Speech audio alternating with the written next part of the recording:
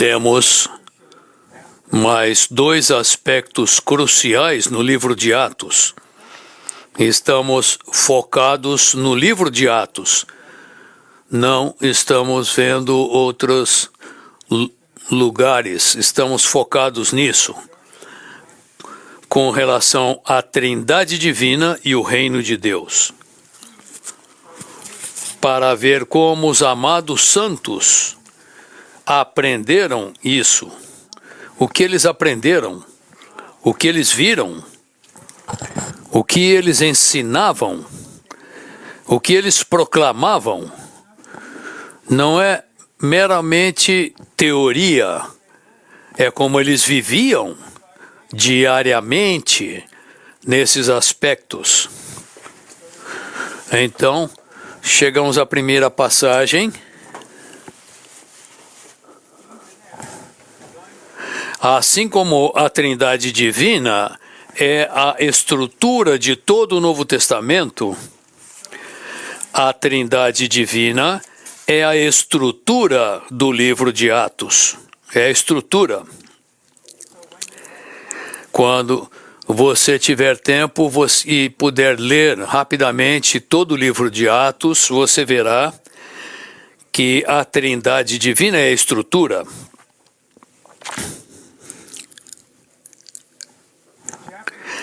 Capítulo após capítulo de Atos revela a operação da Trindade Divina para a realização da economia de Deus no Novo Testamento. E aqui há alguns versículos que mostram quão crucial é isso para aqueles santos.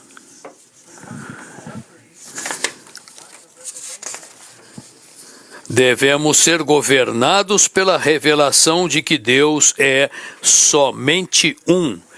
Essa é uma verdade básica a qual todos nós nos apegamos. O único Deus é triuno. 3-1. Pai, Filho e Espírito. O Deus triuno. As palavras Deus triuno referem-se principalmente ao próprio Deus. A Trindade Divina refere-se principalmente a Deus ser triuno. Isso é no aspecto da experiência, da aplicação dele, que é o atributo principal da deidade. B. O Deus triuno, Pai, Filho e Espírito, estava totalmente envolvido com a ascensão do Filho e o derramamento do Espírito. O Filho ascendeu, o Pai o exaltou e o Espírito foi derramado. Sabemos, ao ler Lucas 24 e Atos capítulo 1, que os apóstolos estavam ali. Eles estavam tendo contato, o Senhor estava tendo contato com eles, em determinado momento ele começa a subir. E então eles podem vê-lo, ele entra nas nuvens e está no trono. Eu gosto de falar repetidamente, Cristo agora está no trono com toda a autoridade nos céus e na terra. E sabemos a partir do último versículo de Mateus, onde nos é dito que Cristo estará conosco todos os dias. Então Cristo está aqui.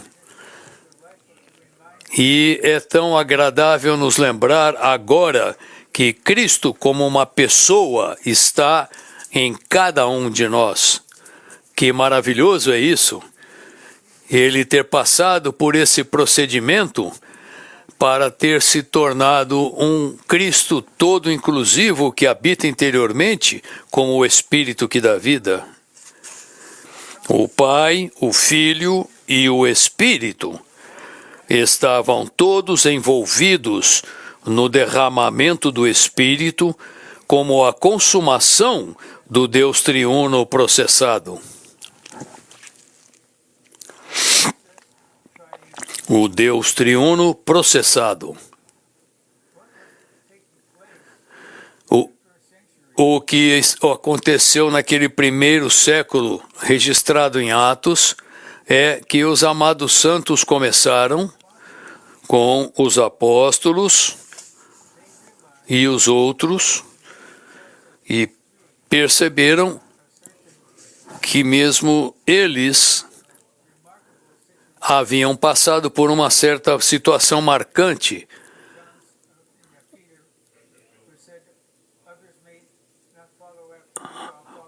Quando Pedro falou, pode ser que os outros não te sigam, mas eu vou te seguir. E o Senhor falou para ele, você vai me negar 3 vezes.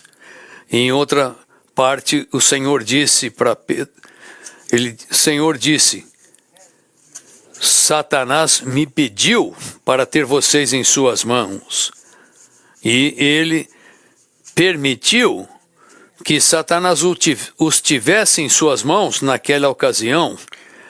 E ele estava abalando para remover deles todas as coisas negativas. E é claro, todos eles fugiram, todos estavam na mesma situação. Mas, quando todos eles perceberam que o Senhor morreu para a nossa redenção, então veremos daqui a pouco que quando o Senhor se manifestou a eles, quando o Senhor se deu a conhecer a eles, eles puderam ter um novo começo na vida de ressurreição de Cristo. E perceberam que havia a Trindade Divina, o Pai, Filho e Espírito, totalmente estavam envolvidos com o Espírito que eles estavam recebendo. A letra C é muito crucial, o item. Vamos usar algum tempo aqui. Em Atos 16, versículos 6 e 7, o Espírito Santo e o Espírito de Jesus são usados permutavelmente, revelando que o Espírito de Jesus é o Espírito Santo. Uma razão de eu gastar tempo aqui é enfatizar que chegou um momento e o tempo vai se intensificar daqui até o final desta era, para que nós conheçamos na experiência e vivamos pelo Espírito de Jesus. Pelo Espírito de Jesus. É um aspecto do Espírito que dá vida, todo inclusivo, esse aspecto específico de como o Senhor Jesus vivia na terra em meio a todo tipo de provações e sofrimentos e situações difíceis.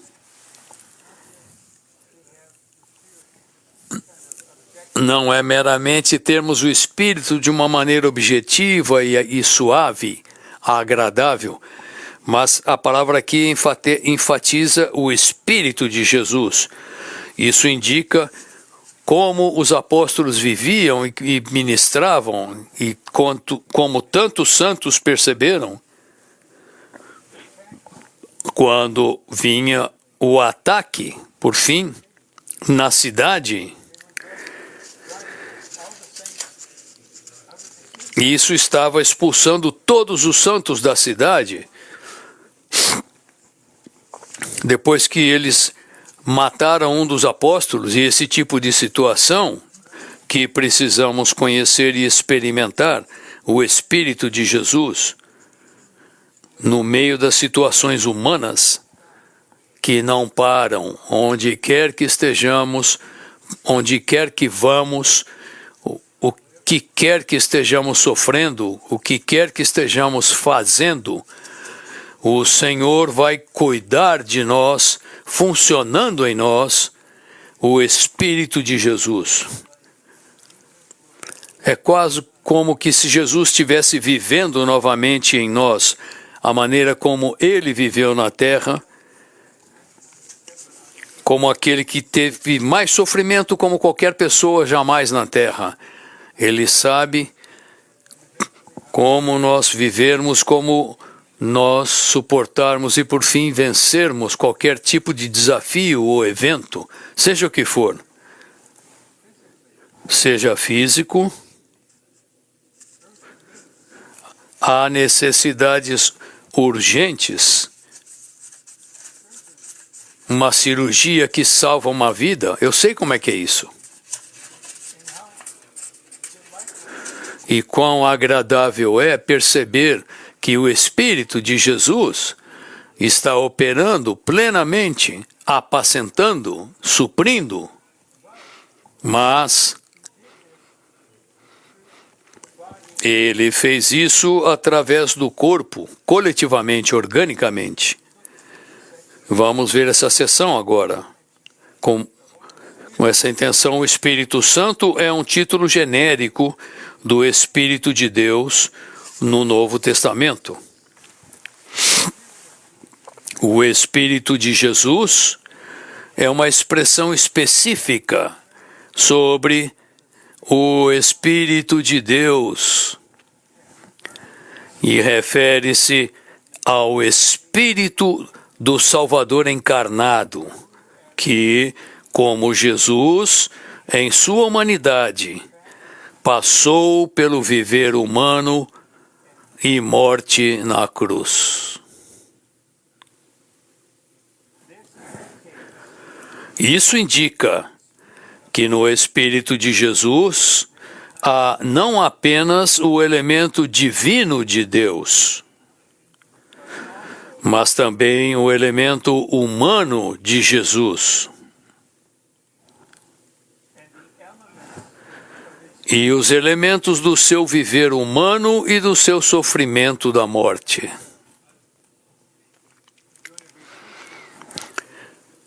Eu vou repetir isso aqui e comentar algumas palavras. Isso indica que no Espírito de Jesus há não apenas o elemento divino de Deus, mas também o elemento humano de Jesus. O Deus soberano sabe que precisamos do elemento de Jesus em todo tipo de situação. Precisamos, e por fim precisamos compartilhar. Dessa maneira, podemos apacentar os outros. Não é que nós podemos dar respostas a eles enquanto passamos por isso, não conseguimos explicar nada, mas enquanto estamos com eles, às vezes, simplesmente estando com alguém que está passando por uma situação de sofrimento, algo estará fluindo de você, o Espírito de Jesus, que está cuidando de você, que tem cuidado de você há anos. Embora você não dê um ensinamento, não cite versículos, mas você é um canal, você tem o Espírito de Jesus para cuidar dessa pessoa, você está ao lado dela. Então, o Espírito de Jesus é não apenas o elemento divino de Deus, mas também o elemento humano de Jesus e os elementos do seu viver humano e do seu sofrimento da morte. O Deus soberano sabe quando estamos sofrendo. E, amados irmãos, há um aspecto específico do sofrimento. Na verdade, de maneira positiva, eu ouvi o irmão Lee falar numa conferência em julho de 1967, a primeira mensagem que ele deu sobre o ministério em 2 Coríntios.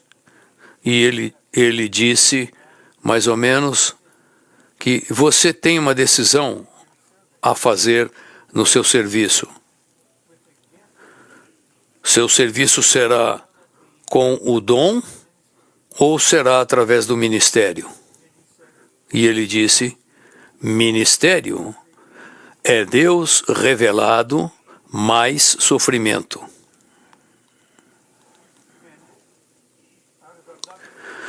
E com uma preocupação amorosa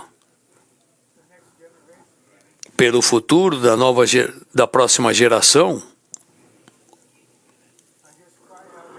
eu clamo interiormente, Senhor, será que haverá apenas irmãos que falam que são brilhantes e dotados para ter um falar dotado? Senhor, que eles decidam não tentar imitar o que eu fiz, mas seguir o que está revelado no Novo Testamento. Deus criou dessa maneira. Não há nada de errado em ter o dom, mas o ministério exige a cruz e sofrimentos. E o sofrimento produz o ministério. E preparem-se, haverá situações quando haverá sofrimento quando você estiver manifestando e liberando o ministério. E aprendemos de Paulo e de outros em Atos. Alguém vai falar que tem um sentimento tão ruim com relação a você e vai falar, não se preocupe, isso é o arranjo de Deus, Ele é o Espírito todo inclusivo. Você tem a graça, o poder da ressurreição. Essa é a maneira do Senhor nos guiar, porque agora temos o Espírito de Jesus em nós. Na experiência de sofrimentos pelo Senhor em seu viver humano, haverá um suprimento, porque temos o Espírito de Jesus. Sabendo onde estamos, o que estamos sentindo, o que estamos passando. Letra B minúscula, em seu ministério, o apóstolo Paulo precisava desse Espírito todo inclusivo. Sabemos que quando o Senhor Jesus manifestou-se a Paulo, e quando ele enviou aquele crente para ir a Paulo e impor as mãos sobre ele, batizá-lo, ele disse para esse irmão, vai lá ter com ele, porque ele vai ter uma vida de sofrimento. Desde o começo. Eles tentaram matar Paulo onde ele estava. Ele teve de ser baixado por um cesto pela muralha. Se você tivesse qualquer contato com ele, você não ia ter a impressão de que, é difícil, é tão doloroso. Oh, não. Quando ele estava na prisão com outro cooperador, depois deles terem recebido açoites nas costas, eles não estavam gemendo, estavam cantando, louvando. Então, o encarregado ali, aconteceu algo maravilhoso. E ele estava chocado, e ele foi salvo, e toda a sua família foi salva. Tudo porque eles viviam pelo Espírito de Jesus. Então, em nossa porção do ministério, e todos nós temos uma porção do ministério, temos uma porção no ministério que ninguém mais tem. Não é que alguns irmãos dão mensagens ou dão conferências. Cada membro do corpo tem uma função. tem a sua parte no ministério. E isso envolverá o Espírito todo inclusivo. Como um vaso que contém o Deus triuno, Paulo era totalmente constituído do Espírito Santo, que estava envolvido com a encarnação e nascimento do Senhor, e do Espírito de Jesus, que estava envolvido com a humanidade, a vida humana, a morte toda inclusiva, a ressurreição que dispensa a vida e a ascensão do Senhor. Um vaso contendo isso, um vaso experimentando isso, um vaso vivendo com isso, um vaso compartilhando isso.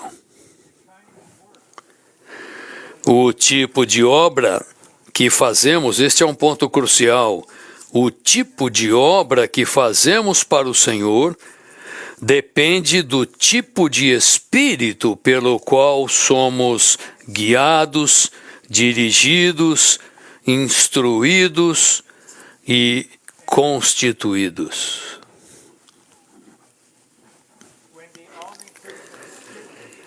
Quando o Espírito todo inclusivo se tornar nossa constituição, nossa obra será a expressão desse Espírito. O tipo de obra que fazemos para o Senhor depende do tipo de espírito pelo qual somos guiados. O tipo de espírito pelo qual somos dirigidos, pelo tipo de espírito que nos instrui.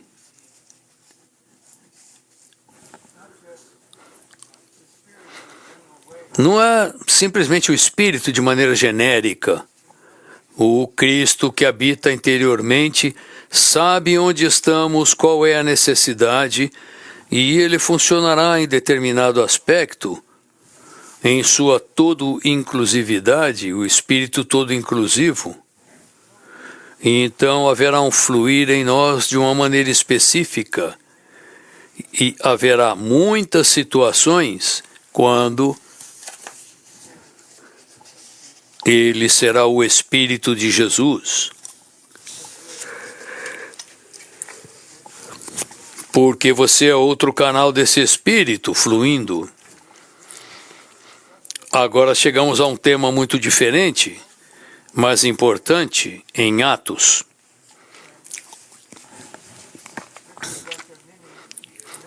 É como uma mini mensagem isso, porque temos uma aula, um curso no treinamento de tempo integral, mas todos os amados santos precisam ser ajudados e esclarecidos a respeito desse versículo, que é que Deus adquiriu a igreja com o seu próprio sangue. Deus adquiriu a igreja. Ou seja, ele teve de pagar um preço tremendo. Deus adquiriu a igreja com o seu próprio sangue. Deus, seu próprio sangue, é isso que diz. Deus comprou a igreja pagando o preço do seu próprio sangue.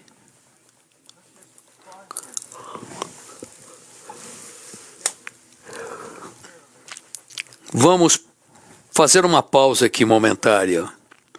Deus comprou a igreja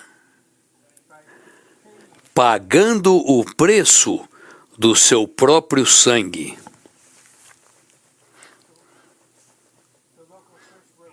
A igreja local onde estamos tem essa compreensão, especialmente quando nos reunimos para a mesa do Senhor, para compreender o preço que Deus pagou, que Deus teve de pagar para a nossa redenção. Ele nos comprou com o seu próprio sangue. Mas como Deus pode ter sangue? Deus na deidade, não estamos falando de Deus na deidade, estamos falando de Deus ser ministrado a nós pelo Espírito, através da encarnação, o nosso Deus, o Criador, o Eterno, mesclou-se com o homem. E ponto a ponto, todos os amados santos precisam ter um entendimento claro desse versículo. Como resultado, ele não era mais apenas Deus. Ele tornou-se um homem-deus, que tinha sangue e podia morrer por nós.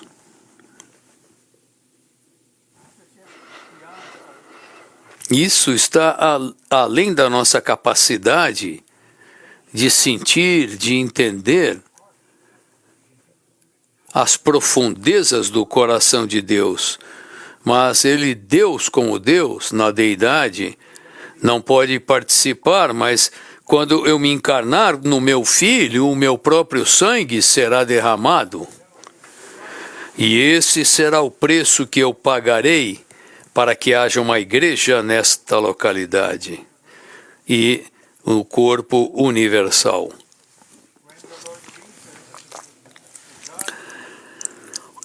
Quando morreu na cruz, o Senhor Jesus, o homem-deus, morreu não apenas como homem, mas também como Deus, significando que ele tinha divindade, não a deidade. O sangue que ele derramou não foi somente o sangue do homem Jesus, mas também o sangue do homem Deus. Portanto, o seu sangue, com o qual Deus adquiriu a igreja, é o seu próprio sangue.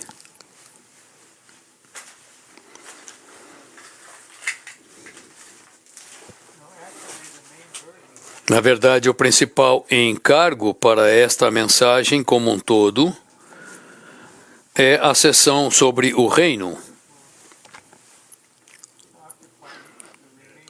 E isto ocupará o tempo restante.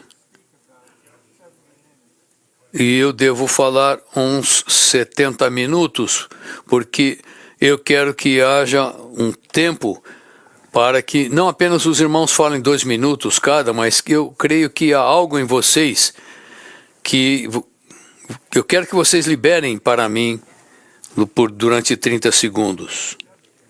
Algarismo Romano 2, o reino de Deus é o assunto principal da pregação dos apóstolos em Atos. Os versículos aqui, no capítulo 1, versículo 3,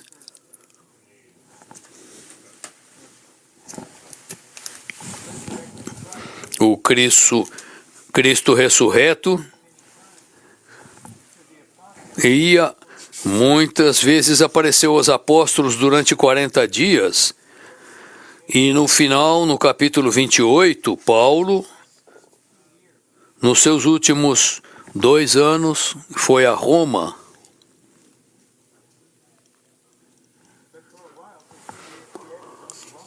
E durante 2 anos ele tinha a sua própria habitação.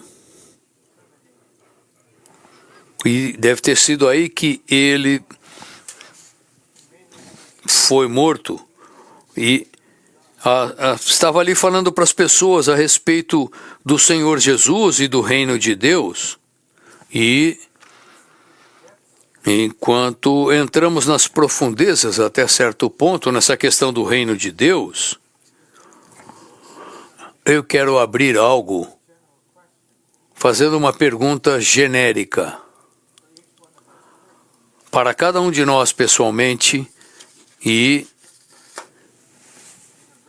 para toda a vida da igreja universalmente. Até que ponto os santos têm consciência do reino de Deus? Será que eles sabem qual é a principal função ou a principal exigência da igreja, que é trazer Deus para o reino de Deus para a terra, basicamente?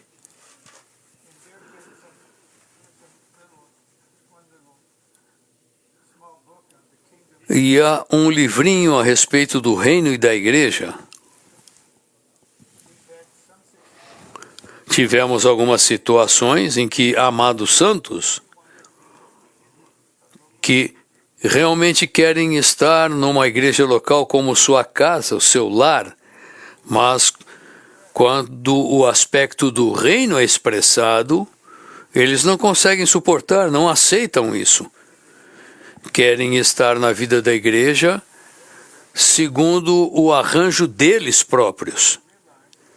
Mas temos de compreender que não é meramente a nossa casa um lugar agradável em que podemos estar aqui agradavelmente, mas você também está no reino de Deus. Foi o evangelho do reino que produziu a igreja, e o reino, na prática, é o reino de Deus, e a meta é abrir o caminho através da oração e da vida da igreja deles para trazer o reino de volta para a terra.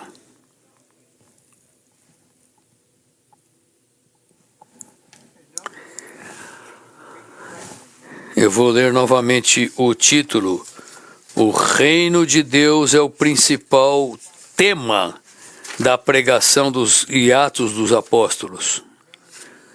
É o principal tema, o principal objetivo, é para isso que eles foram comissionados.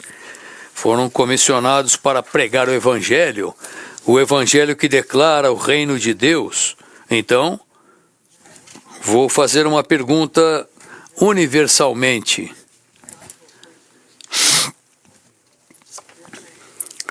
Santos, quão frequentemente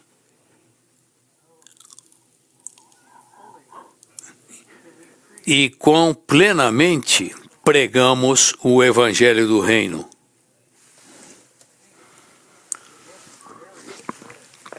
Sim, é muito raro. Mas isso é da máxima importância. Veja, Mateus 24. E esse evangelho será pregado por toda a terra, e então o Senhor virá. Esse versículo tem de ser cumprido.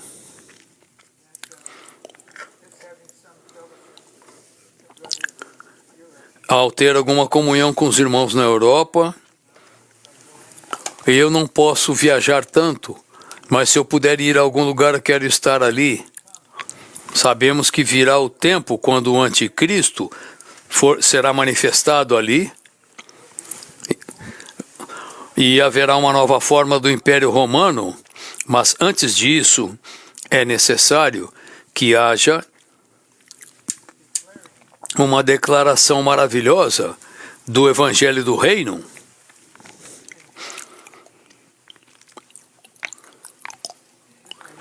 E eu conheço de maneira limitada, mas a minha esposa, eu e uma irmã idosa que está na Europa, nós oramos 2 vezes por semana durante uns 25 minutos e frequentemente o Senhor dá esse encargo de orar pela pregação do Evangelho do Reino de maneira poderosa por toda a Europa, nesta parte desta era. Então, o tema principal da pregação deles era esse. O fato de o Cristo ressurreto, quando apareceu aos apóstolos durante 40 dias, falar-lhes, aspas, das coisas concernentes ao reino de Deus, fecha aspas, indica que o reino de Deus seria o tema principal da pregação dos apóstolos na sua futura comissão após o Pentecostes. Agora,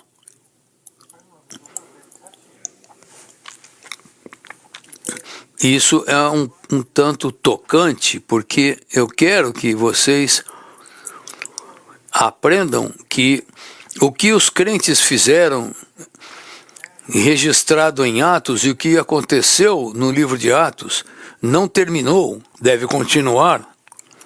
Então, em nome do Senhor, eu estou perguntando até que ponto o evangelho do reino tem sido pregado por toda a terra. Eu creio que no coração dele, ele quer que o evangelho do reino seja declarado por toda a terra e então virá o fim.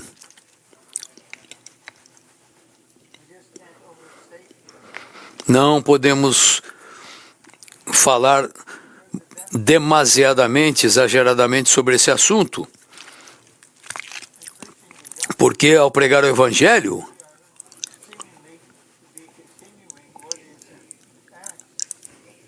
devemos estar continuando o que está em Atos.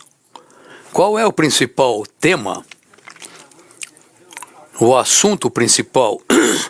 Não significa que devemos fazer isso automaticamente, só porque ouvimos falar isso, mas que deve haver uma compreensão profunda, e essa é uma exigência diante do Senhor. Conhecemos a questão dos 4 evangelhos mencionado no capítulo de Apocalipse. O primeiro deles é o cavalo branco que galopa, que é o evangelho. Então, a pregação precisa ter o reino de Deus como o seu ponto central. Não significa que não temos outro tipo de pregação ou compartilhar, mas ele precisa ter o seu lugar.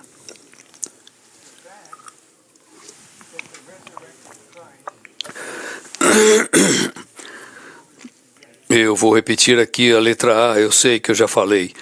O fato do Cristo ressurreto, quando apareceu aos apóstolos durante 40 dias, falar-lhes das coisas concernentes ao reino de Deus, indica que o reino seria o tema principal da pregação dos apóstolos na sua futura comissão após o Pentecostes. Não sei quantas vezes ele veio e quando ele veio, mas durante 40 dias o Senhor aparecia. Ele estava ressuscitado, na verdade ele já estava ali, mas ele se manifestava para eles o contatarem. E essa palavra, pregai o evangelho do reino. O evangelho do reino. E talvez, a palavra talvez é necessária. Talvez, na restauração do Senhor, haja a necessidade de algum desenvolvimento com relação ao evangelho do reino. Pode haver situações reais em que tenhamos reuniões de pregação do evangelho com pontos agradáveis sobre a salvação, mas eu considero até que ponto estamos cumprindo a função principal, o conteúdo principal, que é o Evangelho do Reino, o que significa que Deus quer salvar as pessoas, Ele quer que as pessoas sejam regeneradas, nasçam de novo, e sabemos que eles nasçam no reino. Ele quer que eles nasçam no reino e agora então podem estar na vida da igreja, que é o reino de maneira prática. E no seu viver diário, eles vivem no reino. Todos sabemos que estaremos todos diante do trono do juízo e todos temos a esperança, com uma busca sincera de quando estivermos diante dele,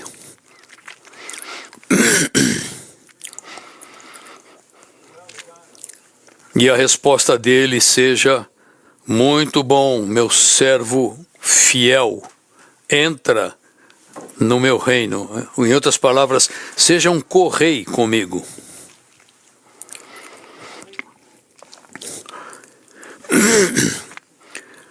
Eu creio que é necessário, muito normal, ter esse desejo pessoal, pedindo ao Senhor, em nosso relacionamento pessoal com Ele: Senhor, Tu sabes que eu quero ser um co-rei, quero ser rei contigo na era vindoura. E eu te peço, Senhor, para realizar isso, eu me abro para Ti, para que Tu faças ou lide comigo da maneira que for necessária, para que eu me torne preparado para o reino, seja o que for. Porque isso é da máxima importância. E eu menciono algo. Pessoas idosas como eu, nos lembramos de todas as coisas de anos atrás, décadas atrás, mas eu posso me esquecer de algo que aconteceu 2 minutos atrás.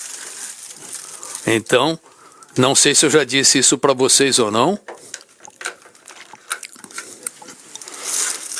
Então, tenham misericórdia e bondade comigo se eu estiver falando de vocês, para vocês agora. É sobre um irmão que esteve conosco, ele faleceu em 91. Eu o conhecia muito bem, desde 1968.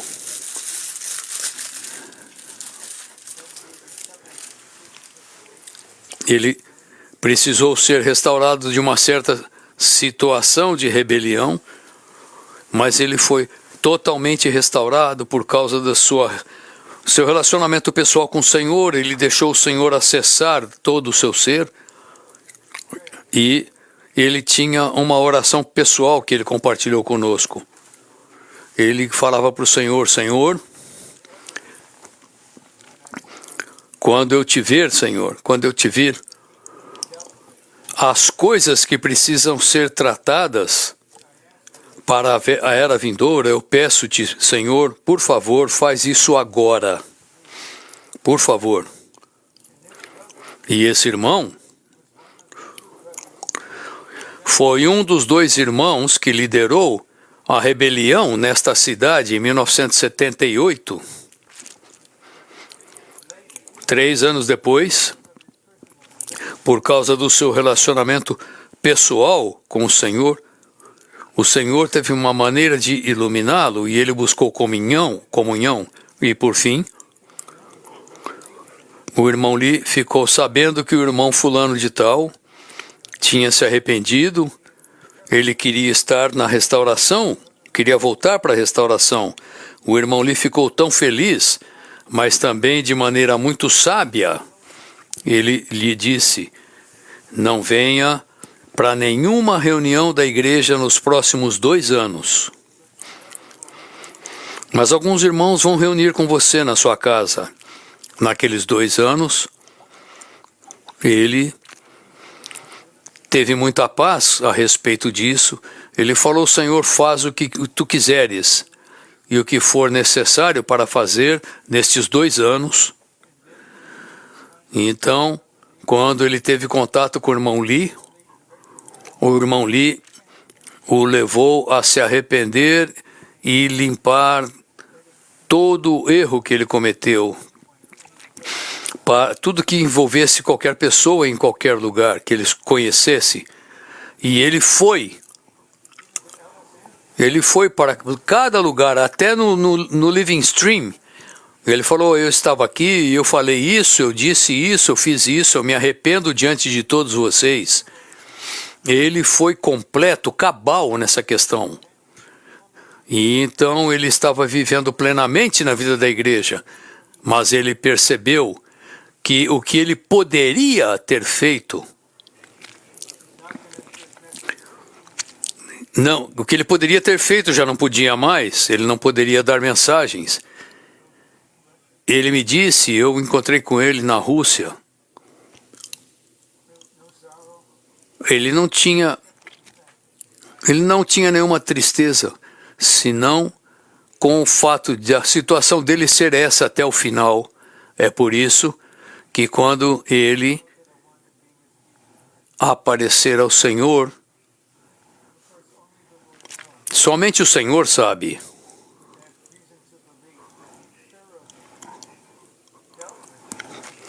Que temos razão para crer que ele lidou com todas as coisas cabalmente. E, irmãos, estamos numa longa jornada, mas tudo depende de como terminamos a nossa jornada. Se você já jogou futebol americano, você está ganhando por 12 pontos, falta 2 minutos, vamos ver o que o outro time vai fazer. E isso já aconteceu, de fato. E um dos treinadores sabia o que fazer, o técnico do time, e no último minuto, em menos de 1 minuto, eles conseguem fazer pontos, e aí tem que chutar de volta. Quando chega a uma determinada distância, ele precisa de um homem que tem tal tipo de mãos e agarra a bola. Em alguns segundos apenas restantes, ele ele joga a bola para o receptor e ele pega a bola exatamente ali e pum. Eles acabam ganhando. O time que estava perdendo acaba ganhando. Então, todo mundo vai falar: nós estávamos jogando muito bem até a metade até quase o finalzinho do jogo, mas graças ao Senhor pela nossa situação agora, o nosso desejo profundo é: Senhor, essa é uma oração genuína, Senhor, faz tudo o que for necessário, eu quero terminar a minha carreira vitorioso, é assim que queremos terminar. Então, um pequeno postscriptum. Espero que o nosso fim é que todos nós, enquanto estamos na terra, sejamos arrebatados vivos. Pode ser que eu não veja vocês novamente aqui, mas espero vê-los no trono. Amém.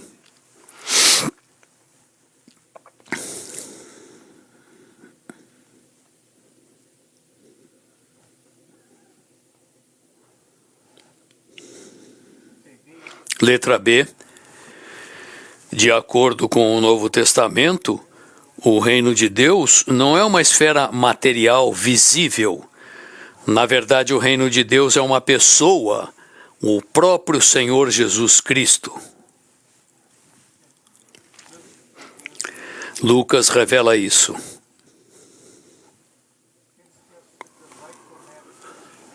É algo agradável nós compreendermos que o reino de Deus é uma pessoa, O reino de Deus é o Senhor Jesus. E Cristo está nisso enquanto falamos, o reino de Deus está em nós.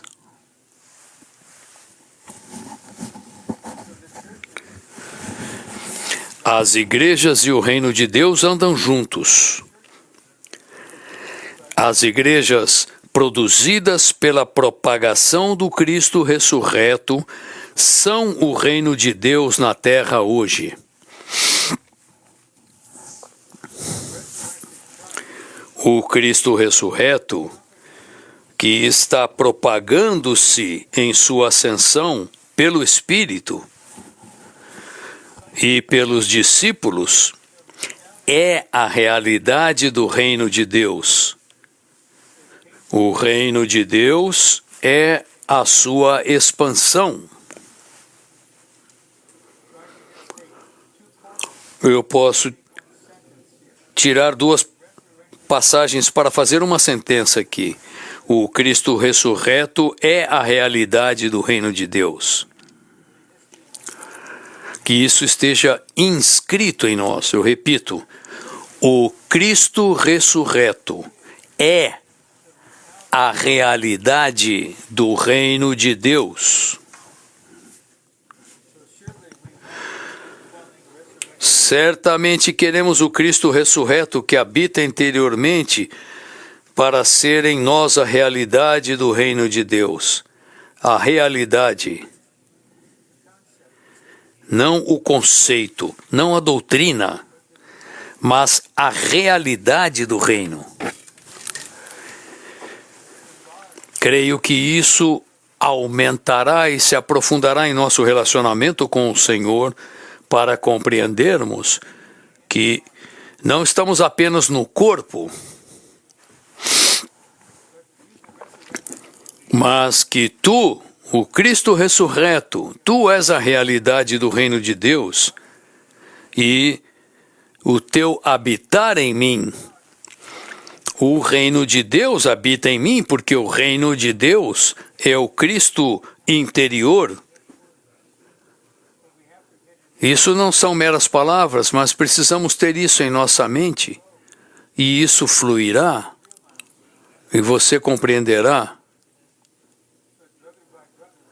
Eu acho que a cada irmão o Senhor virá de maneira apacentadora, e você perceberá, Senhor, o reino está em mim, a realidade do reino de Deus está em mim. Eu estou vivendo no reino, eu estou vivendo para o reino, eu estou orando pelo reino, para que o reino seja manifestado logo, em breve. Letra A. As igrejas são a expansão de Cristo, que veio para semear-se como a semente do reino de Deus. Isso é revelado nos evangelhos, sabemos isso muito bem. Nos evangelhos, Cristo era a semente do reino. No livro de Atos, temos a propagação dessa semente para produzir as igrejas como o reino de Deus. Produzir as igrejas como o reino de Deus. Sei que na Europa estão orando que para em determinadas localidades, neste ano, uma igreja local genuína seja estabelecida. E espero que todos os santos compreendam que quando produzimos uma igreja, nós o fazemos como o reino de Deus. Estamos pregando o reino de Deus por toda a Europa e vamos estabelecer igrejas que são o reino de Deus como uma igreja local.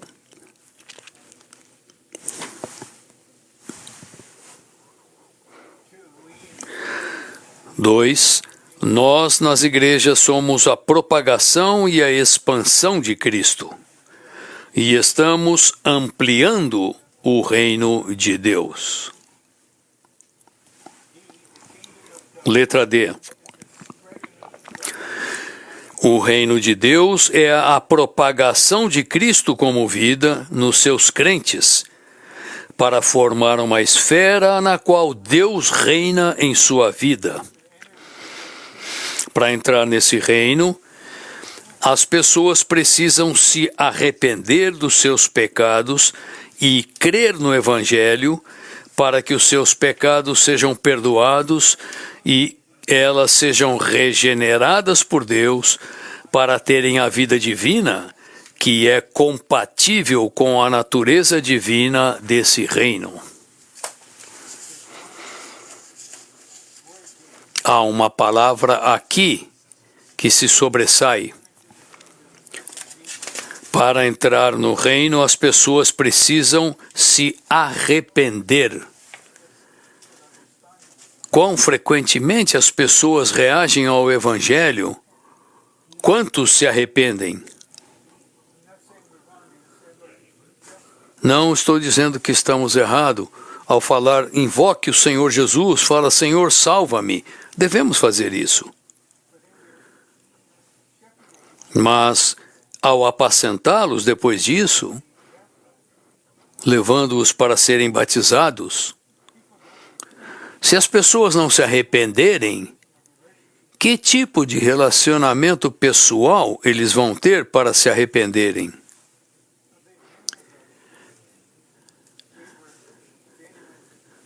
Muitos de nós éramos cristãos genuínos, muito sérios antes de vir para a restauração do Senhor.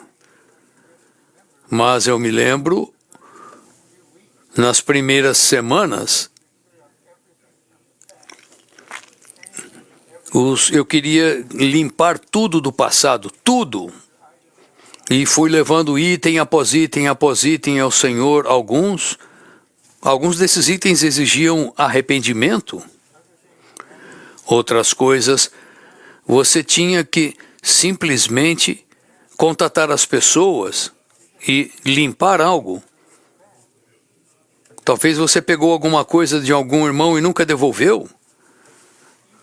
Mas arrepender-se, mesmo quando nós falhamos, temos um pecado pessoal, sabemos que temos o poder do sangue do Senhor, mas quando confessamos, Ele perdoa, 1 de João, e Ele esquece depois de perdoar. Mas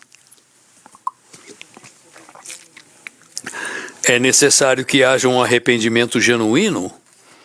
Eu tenho um sentimento profundo, uma decisão profunda. Isso não é algo leviano. 2.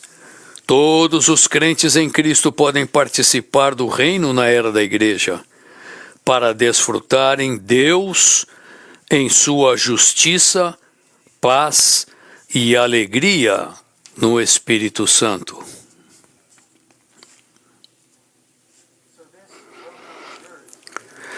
Esse versículo muito conhecido de Romanos 14, 17, é um versículo muito conhecido, mas durante anos, sinto dizer,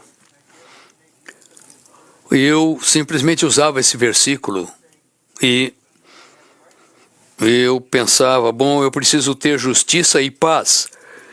Justiça e paz, eu era sincero, eu queria ter justiça e paz. E alguém muito próximo de mim, que era minha esposa, de maneira direta, sabe? Quando elas são diretas, ela disse, Ron, você não tem alegria nenhuma. E ela estava certa, totalmente certa. Porque eu achava que alegria era para pessoas superficiais. Aquelas pessoas que são profundamente espirituais não têm alegria. E quando eu li isso, por fim, eu tive que ser corrigido, totalmente corrigido. Tive os exemplos dos irmãos Watchman e Witness Lee. A alegria era o aspecto mais elevado da vida pessoal deles com o Senhor. Então aqui, para estar de fato no reino, nós temos a alegria. Deus, em sua justiça, paz e alegria no Espírito Santo. Vou fazer uma pausa aqui, porque eu recebi perguntas dessa maneira. Ron, como que eu posso ter alegria quando a minha esposa faleceu? Como eu posso ter alegria?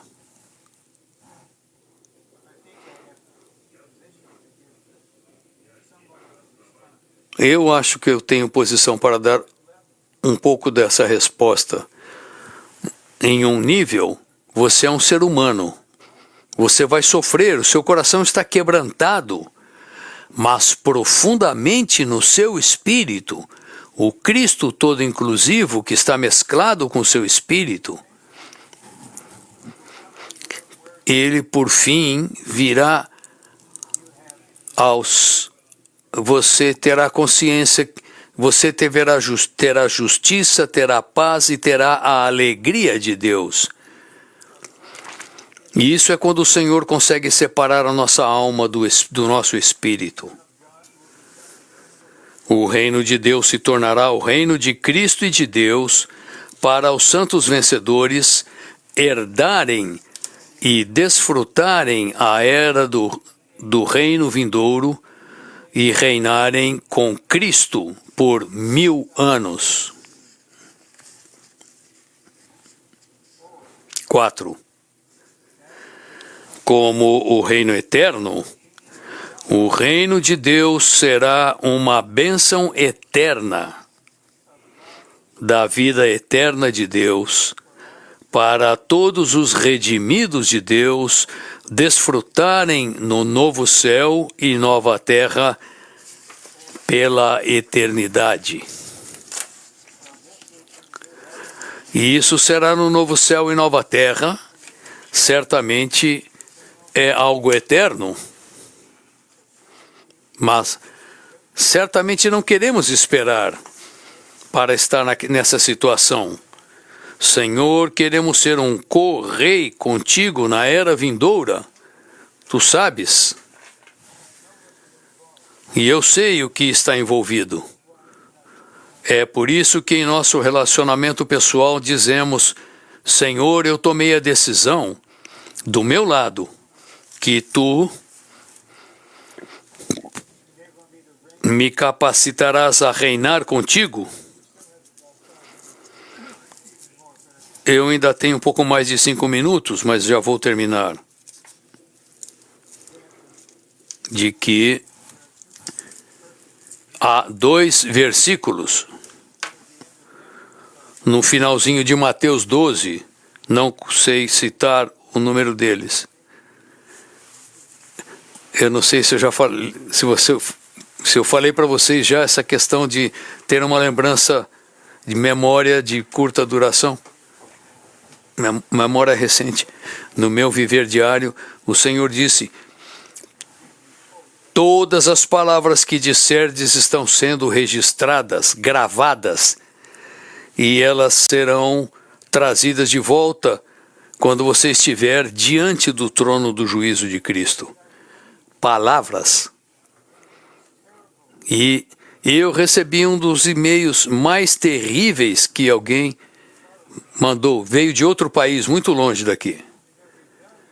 E a rebelião e o ódio em tantas coisas, mas isso simplesmente quicou em mim. E eu queria responder como eles escreveram, mas no fim eu fui orientado para o Senhor. Eu dei apenas esses 2 versículos. Eu respondi: tudo que você disse, tudo que você escreveu nesse e-mail está registrado. É por isso que podemos pedir ao Senhor, perguntar ao Senhor.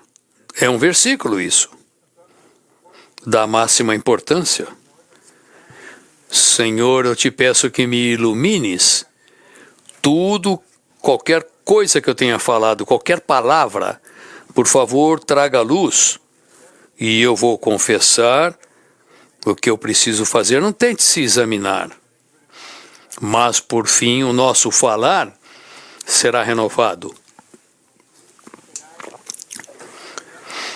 Eu aqui em Anaheim, toda quinta-feira de manhã, durante 3 ou 4 horas, eu me reunia com o irmão Lee, trabalhando com ele. Eu tinha 34 anos de idade, ele tinha 68. Eu podia testificar que com ele jamais houve nenhuma palavra desperdiçada a respeito de coisa alguma. E parecia algo tão normal para ele. Que modelo, que exemplo ele foi. Nós podemos conversar, mas podemos conversar como uma pessoa, como um incrédulo, só falando. É uma questão do reino.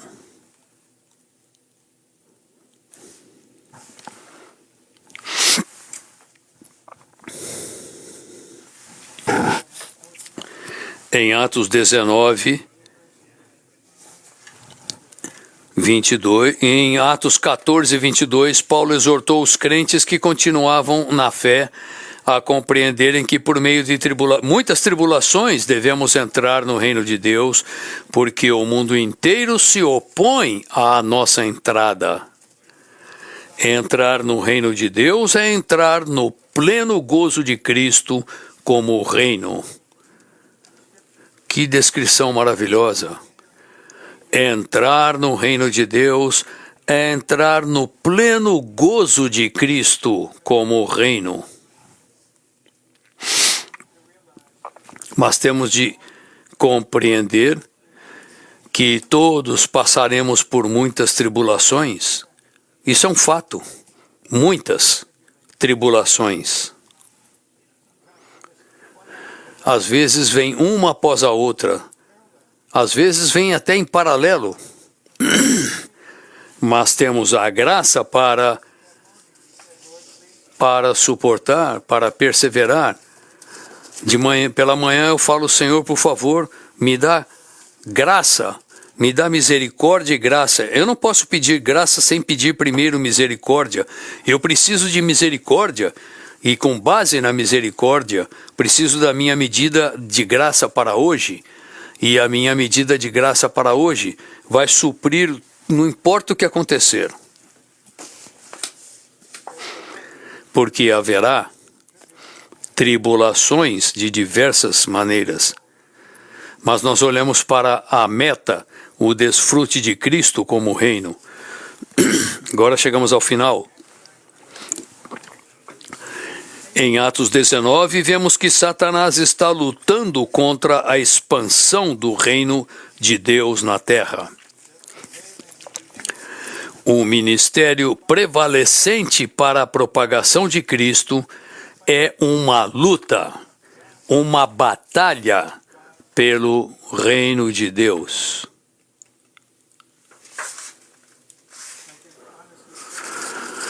Posso dizer honestamente que o Senhor está anelando e orando por nós para que cresçamos em vida,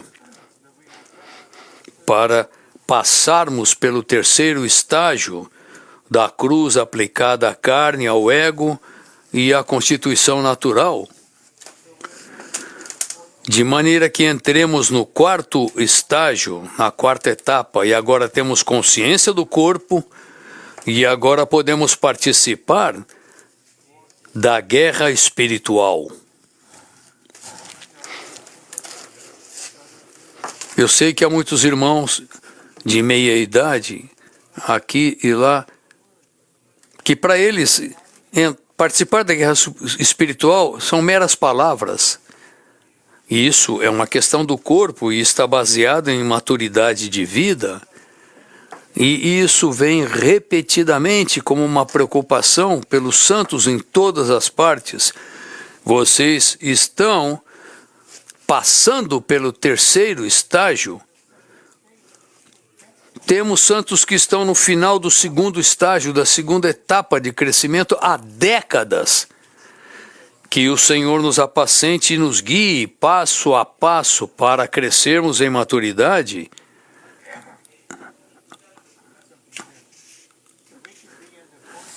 para que estejamos no quarto estágio.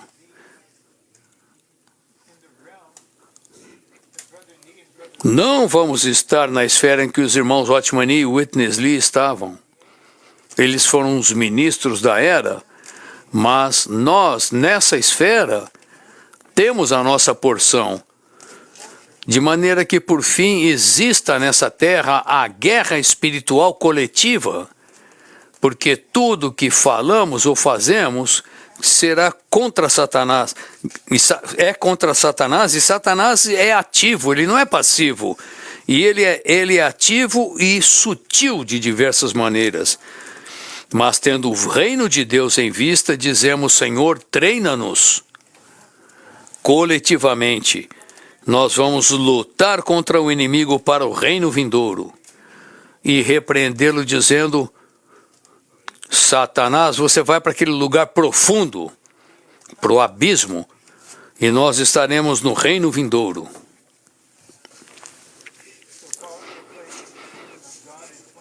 Então, Paulo, proclamando o Evangelho de Deus, em 28:31, proclamando o reino de Deus, ensinando as coisas concernentes ao Senhor Jesus com toda intrepidez, sem impedimento algum.